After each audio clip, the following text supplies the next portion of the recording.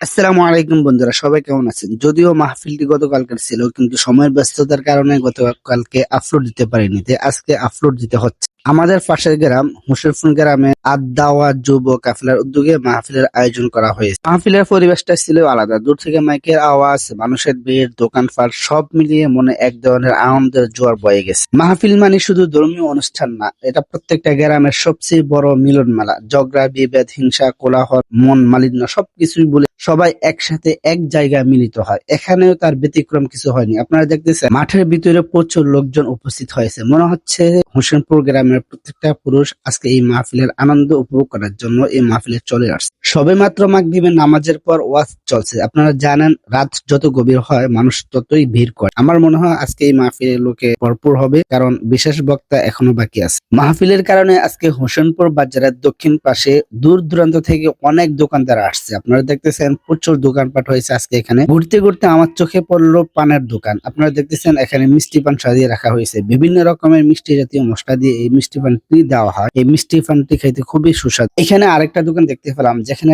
Burger সাজিয়ে রাখা হয়েছে, তারপরে চিংড়ি মাছের মাথা ভাজা হয়েছে, তারপর আপনার ডিমের বড়া রাখা হয়েছে, তারপর আপনার চিংড়ি দিয়ে বড়া সাজানো হয়েছে। এখানে রয়েছে বিভিন্ন রকমের আচার, জলপাইয়ের আচার, বড়ির আচার, আমের আচার, চালতার আচার, আরো অনেক রকমের আচার রয়েছে, যা প্রত্যেকটা মানুষ দেখলে তার জিভে পানি চলে আসে। আমি জানি আপনাদের জিভেও পানি চলে আসছে, তাই ব্যাপার না, কিনে খেতে পারেন। হোসেনপুর আদ-দাওয়া যুব কাফেলার উদ্যোগে যে মাহফিলটি করা হয়েছে, এই মাহফিলটি সফল হোক। আর মাহফিলে এসে আমার খুবই ভালো লাগছে। মাহফিল শুধু একটি বক্তৃতা না, গ্রামের মানুষকে কাছে আনার সুন্দর একটি ব্যবস্থা। তো বন্ধুরা, আজকের ভিডিও এখানে শেষ করলাম। ইনশাল্লাহ দেখা হবে পরবর্তী অন্য কোনো ভিডিওতে। সেই পর্যন্ত সবাই ভালো থাকবেন। ওকে, আল্লাহ হাফেজ।